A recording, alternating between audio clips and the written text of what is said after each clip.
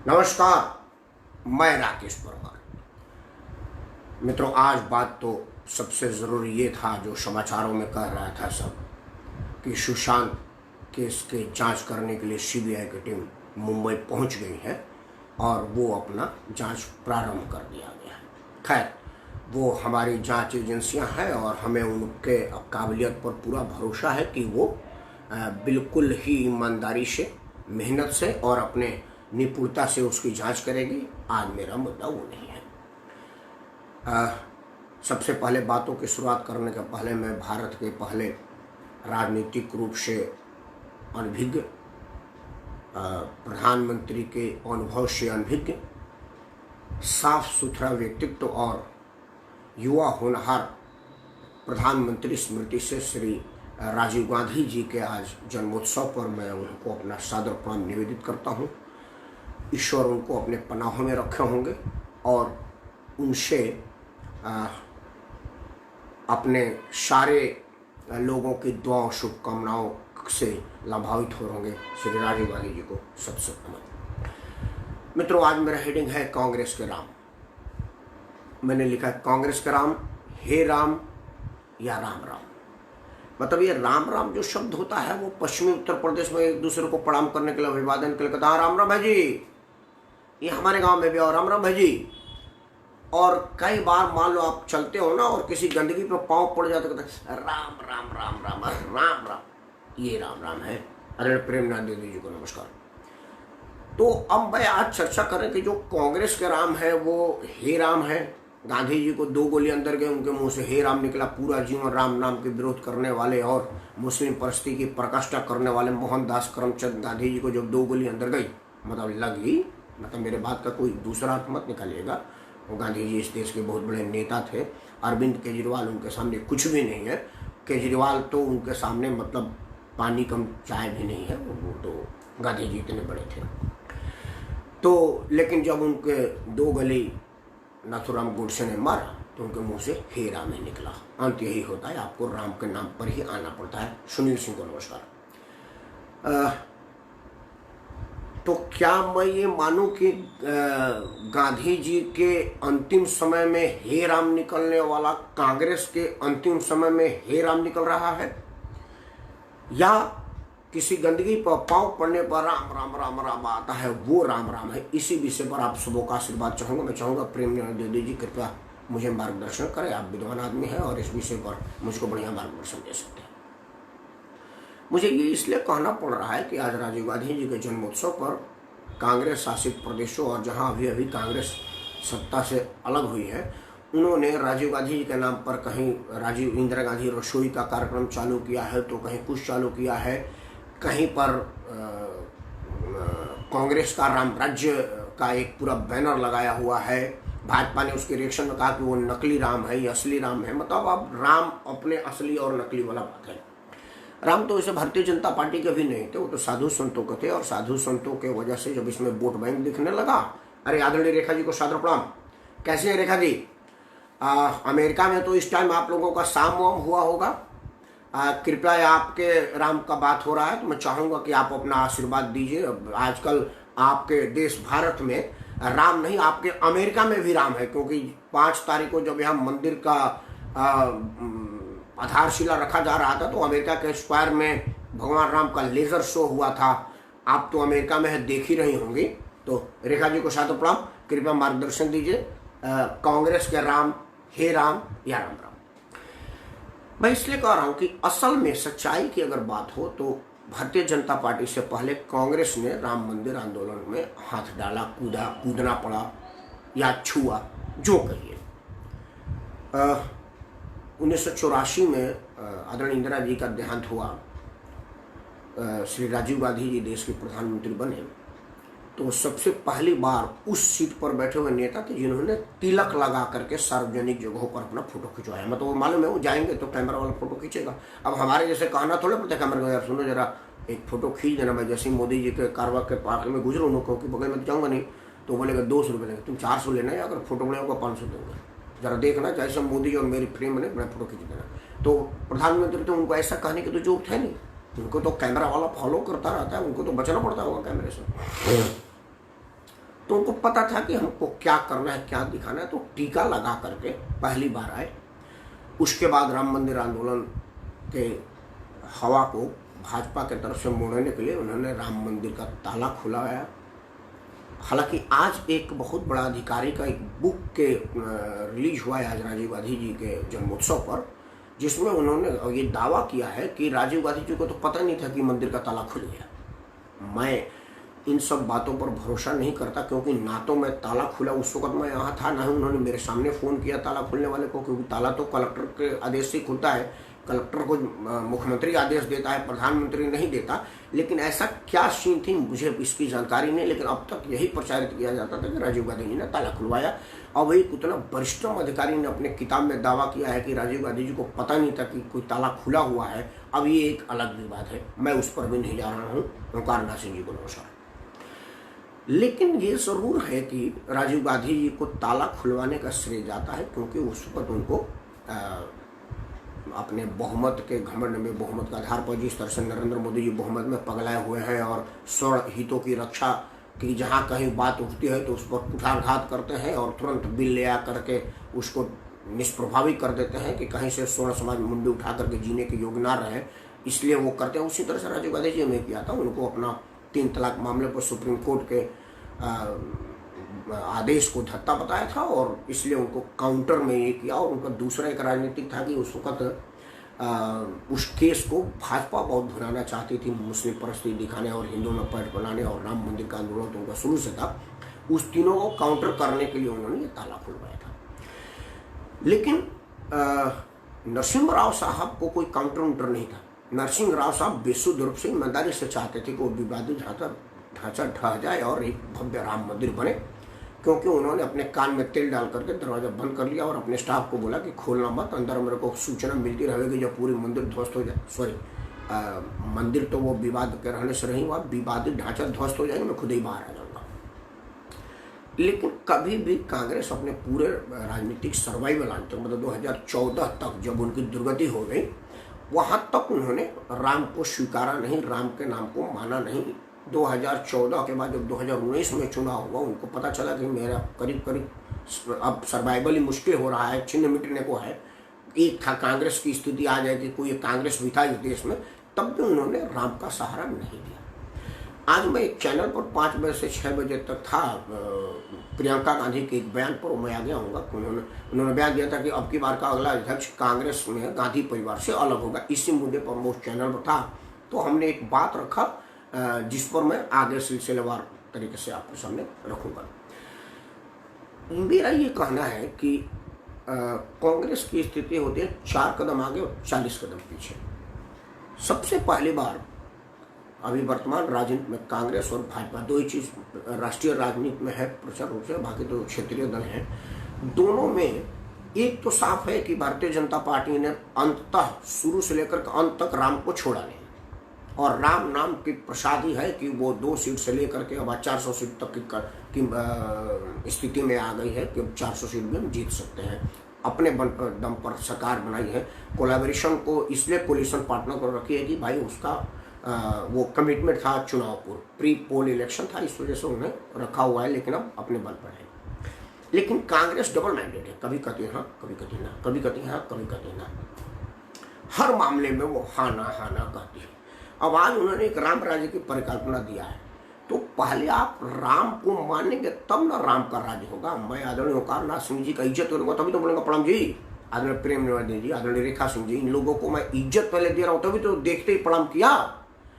अब वो लिख देंगे कि भाई मेरे को प्रणाम करो, तब मैं प्रणाम करूँगा, तो फिर क्या मतलब हुआ? मतलब मैं इज्जत नहीं करता है। आपने लिखा कि अरे भाई रकसवा प्रणाम कर मेरे को, नहीं, मैंने जैसे ही देखा कि आदरणीय ओंकार नाथ सिंह, प्रेम निवेदन जी, रेखा जी दिख रही है, मैंने उनको प्रणाम किया। मैं इस दिल से इज्जत करता हूँ, तो बताने की जरूरत नहीं है। उसी तरह से अगर आपके दिल में राम का इज्जत होता तो आप डे 1 से राम का इज्जत करते, क्योंकि राम आंदोलन का पहला कानूनी शुरुआत तभी हुआ जब कांग्रेस का स्थापना हुआ। 1885 में सर एच हुम के नेतृत्व में कांग्रेस का गठन हुआ, और उसी साल फैजाबाद के उप जिलाधिकारी के उप जिला मजिस्ट्रेट के कोर्ट में केस फाइल हुआ। मजे की बात तब थी कि इधर कांग्रेस तो बढ़ती गई और आंदोलन घटता गया, राम का अस्तित्व को मिटाने का प्रयास करता गया। अब आज़ादी मिली, कांग्रेस सत्ता में आई, प्रचुर बहुमत से आई, पंडित जी जिस पे हाथ रख देते थे वही जीत जाते थे, सिवाय बलिया के।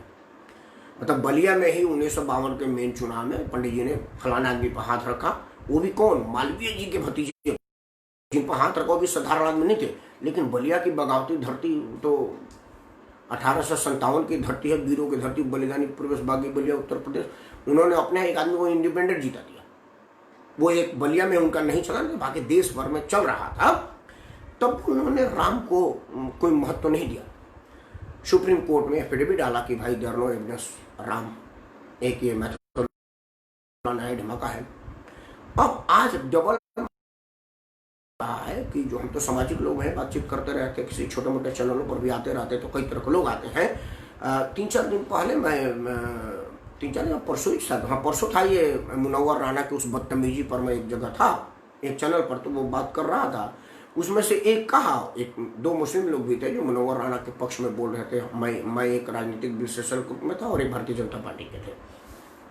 तो जो मुस्लिम था वो ये बात सीधा कह रहा था कि देखिए, सांप से हम दोस्ती कर लेंगे, उसको गले लगा लेंगे, कांग्रेस को नहीं लगा सकते। तो मैं बीच में रखा, क्यों भाई?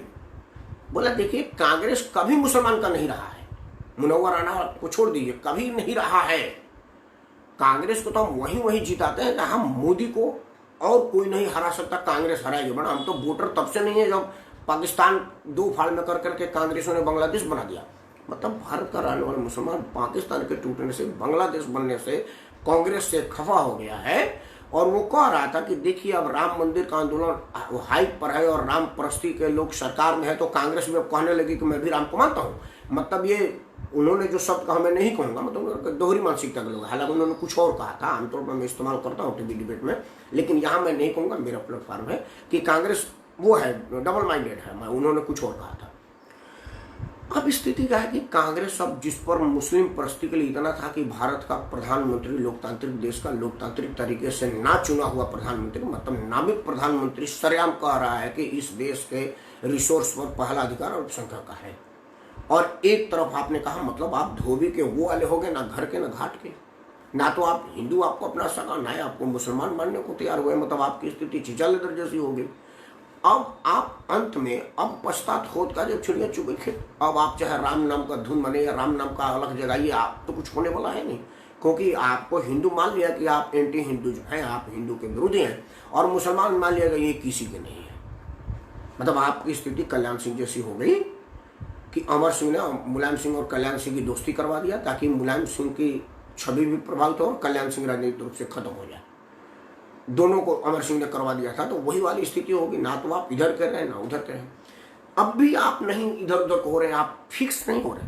मैं बात कर रहा हूँ प्रियंका गांधी उस बयान का, मैं चैनल पर था, उन शब्दों का इस्तेमाल नहीं करूंगा कि वो चैनल का कॉपीराइट है, मैं अपना शब्द तो इस्तेमाल कर ही सकता हूँ। पता चला कि प्रियंका गांधी ने बयान दिया है कि कांग्रेस अगला अध्यक्ष गांधी परिवार से बाहर से लाएगी। उसी मुद्दा पर मैं डिबेट में था। मैं ये कहना चाहता हूं कि अभी ये बात हर जगह फैली भी नहीं थी कि कांग्रेस का ऑफिसर प्रवक्ता सुरजेवाला आए और कहा कि नहीं ये गलत बात है, ऐसी कोई रिपोर्ट, ऐसी कोई डिबेट थी नहीं, ऐसा कोई बयान प्रियंका जी ने दिया नहीं। मतलब अभी भी डबल माइंडेड, मतलब अभी भी साफ साफ बोलने की आदत कांग्रेसियों में नहीं। प्रियंका जी ने कहा अच्छी बात है, उसको और हाईलाइट किया जाता, प्रचार किया जाता कि देखिए प्रियंका जी, मतलब कांग्रेस में सोनिया, राहुल और प्रियंका के बाद तो कोई है नहीं, वो तीनों एक ही हैसियत में, तो उनको वो नहीं माइलेज लेते कि देखिए प्रियंका जी ने कहा है कि कांग्रेस में बाहर का अध्यक्ष होता तो मैं भी तुरंत कांग्रेस का सदस्यता लेता और अध्यक्ष का फॉर्म भरता, चाहे 5 वोट मेरे को नहीं मिलता, बट ये तो नाम होता ना कि कौन है राकेश पंत, ये जो कांग्रेस के अध्यक्ष का चुनाव लड़ा था, इतने में मेरा नाम बढ़ जाता। ये भी मौका नहीं दिया सुरजेवाला ने, तुरंत प्रेस कॉन्फ्रेंस कर कहा कि ये गलत बात है, ऐसे प्रियंका जी ने बयान ही नहीं दिया। मेरा ये कहना है कि कांग्रेस अपने फिक्स करे कि उसे जाना किस रास्ते है। मैं यहाँ से खड़ा हूँ और अगर मुझे बनारस जाना है तो मैं मुंबई की ट्रेन पकड़ूंगा, बाद में उतर के आकर के फिर नागपुर की ट्रेन पकड़ूंगा, फिर मद्रास की ट्रेन पकड़ूंगा, तो काशी विश्वनाथ का दर्शन नहीं हो पाएगा। आपको बाबा विश्वनाथ के दर्शन पड़े तो चाहे आप पैदल जाइए, 2 दिन 10 दिन 5 दिन महीना दिन में तो चले जाएंगे ना बनारस। भाई ये मथुरा रोड पकड़िए, सीधे आगरा मथुरा होते हुए चले जाएंगे। लेकिन कांग्रेस करती क्या कि कुछ देर तक मथुरा जाते कि नहीं ये वाला ठीक नहीं है, पहले जयपुर से होके आते हैं, अब वो मथुरा से जयपुर की तरफ चले गए। यार ये तो राजस्थान आगे का, बनारस दूर, अच्छा चलो तो उदयपुर जोधपुर होते हुए झांसी वगैरह आते होते आते, तो वो घूमती रहती है। या यूं कहे कि मतलब वो फिक्स नहीं है कि उसको असल में करना क्या है। मेरा मानना है कि कांग्रेसियों को भगवान राम के सहारे की जरूरत नहीं है। भगवान राम उनके न थे, न है, न रहेंगे। वो चाहे कितना हो सिर पटक ले, क्योंकि नरेंद्र मोदी जी ने ये तो कम से कम कर दिया कि पूरा देश को ये समझा दिया कि कांग्रेस असल में राम विरोधी है और वो कभी भी नहीं चाहती कि राम का सम्मान हो। ये इन्हें कर ही दिया है और इसका श्रेय अकेले मोदी को नहीं जाता है, कांग्रेसियों को भी जाता है। एंटनी साहब की रिपोर्ट में भी बताया कि देश में कांग्रेस के हारने और दुर्दिन का कारण है कि जनमानस में ये बैठ चुका है कि ये हिंदू विरोधी पार्टी है, वोट बैंक की लालची पार्टी है। वोट बैंक के मामला में साहबानों के हक के विरुद्ध निर्णय लेने लगी और फिर वोट बैंक प्रभावित होगा तो राम मंदिर का दरवाजा खोल देगी। अब आते हैं कि जो उन्होंने राम राज्य कहा क्या है, वो जो टिप्पणी लिखा है, राम राज्य क्या है कांग्रेस का? क्या राम का एक आदमी आपके पार्टी में थोड़ा सा आपके मुख्यमंत्री के विरुद्ध बात बोला जो उप मुख्यमंत्री पद पर था, उसका ही मुख्यमंत्री कहे कि नकारा है, नालायक है, निकम्मा है, किसी काम का नहीं है, चिकना चेड़ा है और अंग्रेजी बोलता है? क्या भगवान राम यही कहते थे? भगवान राम यही कहते थे? राम राज्य में तभी का मतलब कि भगवान राम उस वक्त देश के सबसे निचले स्तर के एक नागरिक, साधारण नागरिक ने कहा कि भाई अपनी बीवी इतने दिन तक बाहर ही हमारा सोच रहे हैं। उन्होंने तुरंत पवित्र माता सीता को बोला कि भाई अग्नि परीक्षा दीजिए, क्योंकि जनमानस में 1% लेस मात्र भी तो कुछ आया है ना, तो आप उसकी पवित्रता की जिम्मेदारी लीजिए और उसको प्रूव करिए, क्योंकि जनमानस में बात जानी चाहिए कि पत्नी चाहे राजा की हो या आम नागरिक की, अगर कोई किसी पर उंगली उठाता है तो उसकी सत्यता कैन बी प्रूव। ये क्या रामराज में लिखा था?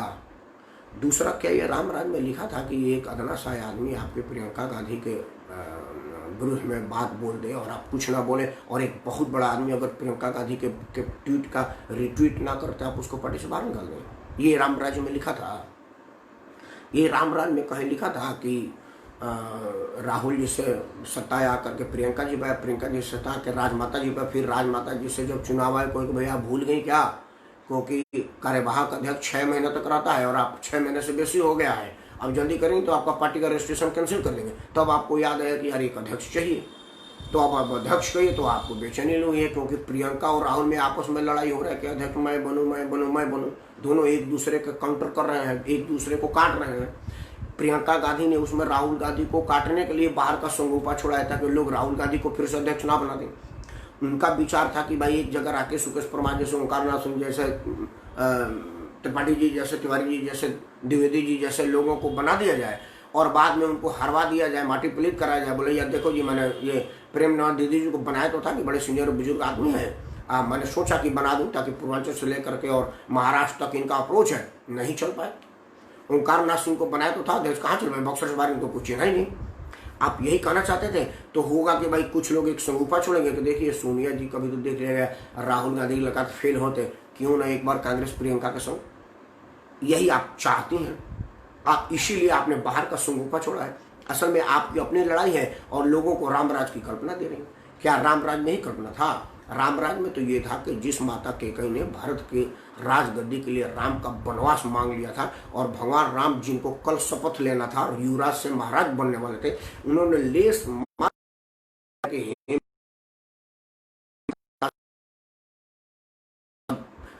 मैं पद ग्रहण करता, युवराज से महाराज बनता, और आपने हमारा वनवास कह दिया। उन्होंने एक बात भी नहीं कहा और वनवास को चले गए।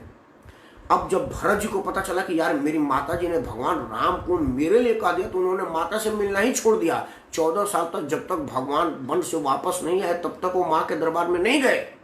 जब राम वन से वापस आए तो सबसे पहले माता कैकेयी कहाँ गए।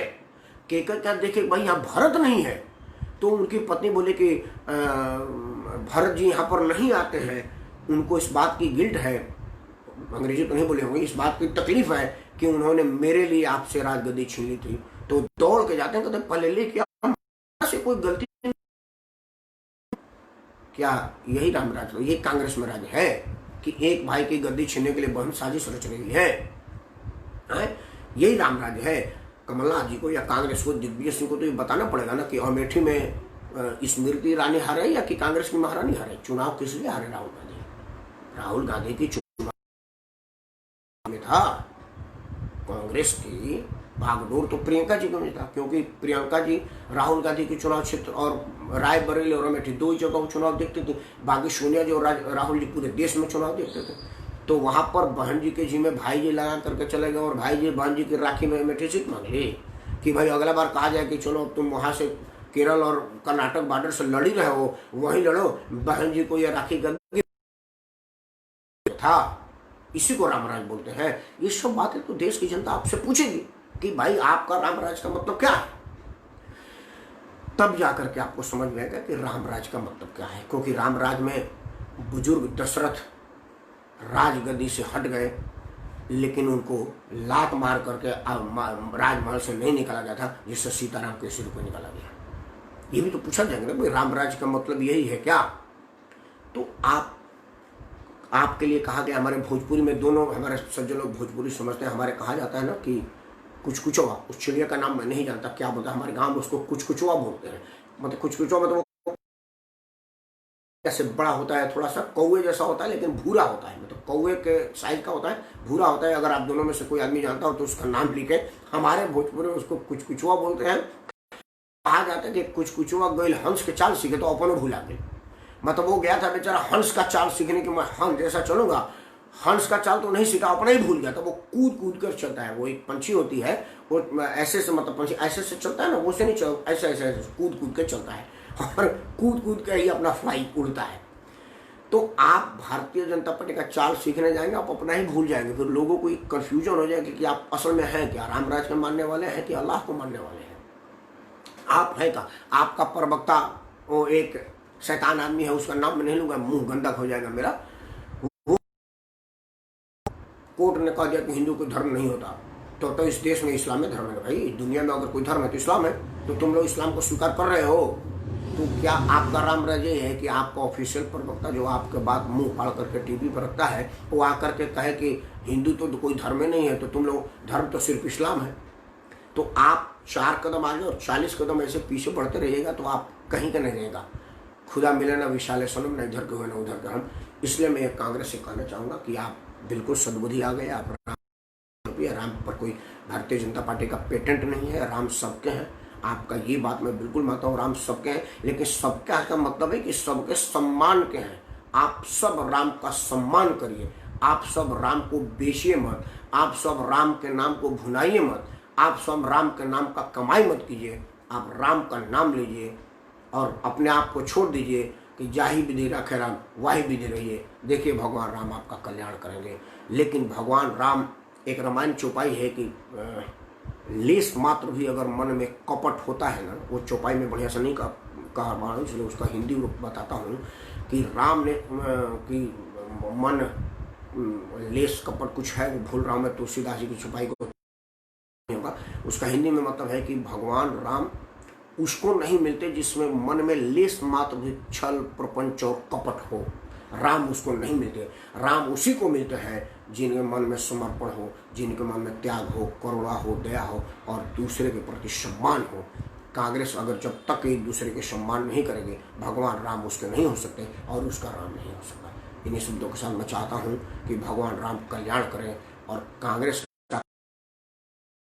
जब तक सशक्त और मजबूत नहीं होगी, नरेंद्र मोदी को मार्च से भी ज़्यादा घातक बनने में देर नहीं लगेगा।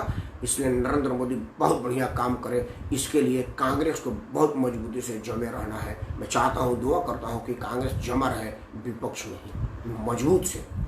अभी मोदी को शासन करने दीजिए, कुछ दिन तक उनके शासन को आने दीजिए, लेकिन अगर कांग्रेस मजबूत नहीं होगी तो मोदी निरंकुश हो जाएंगे। और कोई भी आदमी, कितना ही बढ़िया आदमी हो, अगर उसको इस बात का भरोसा आ जाएगा कि मेरे पीछे कोई कंपटीटर नहीं है, तो या तो वो लापरवाह हो जाएगा या निरंकुश हो जाएगा। और 130-135 करोड़ वाले भारी भरकम देश को चलाने के लिए ना तो लापरवाह प्रधानमंत्री चाहिए, ना निरंकुश प्रधानमंत्री चाहिए। उसको एकदम छुरी के धार पर चलने वाला प्रधानमंत्री चाहिए, जिसका अर्जुन की तरह से एक ही लक्ष्य हो, राष्ट्र राष्ट्र और राष्ट्र। इस मामलों में कांग्रेस थोड़ी पिछड़ रही है।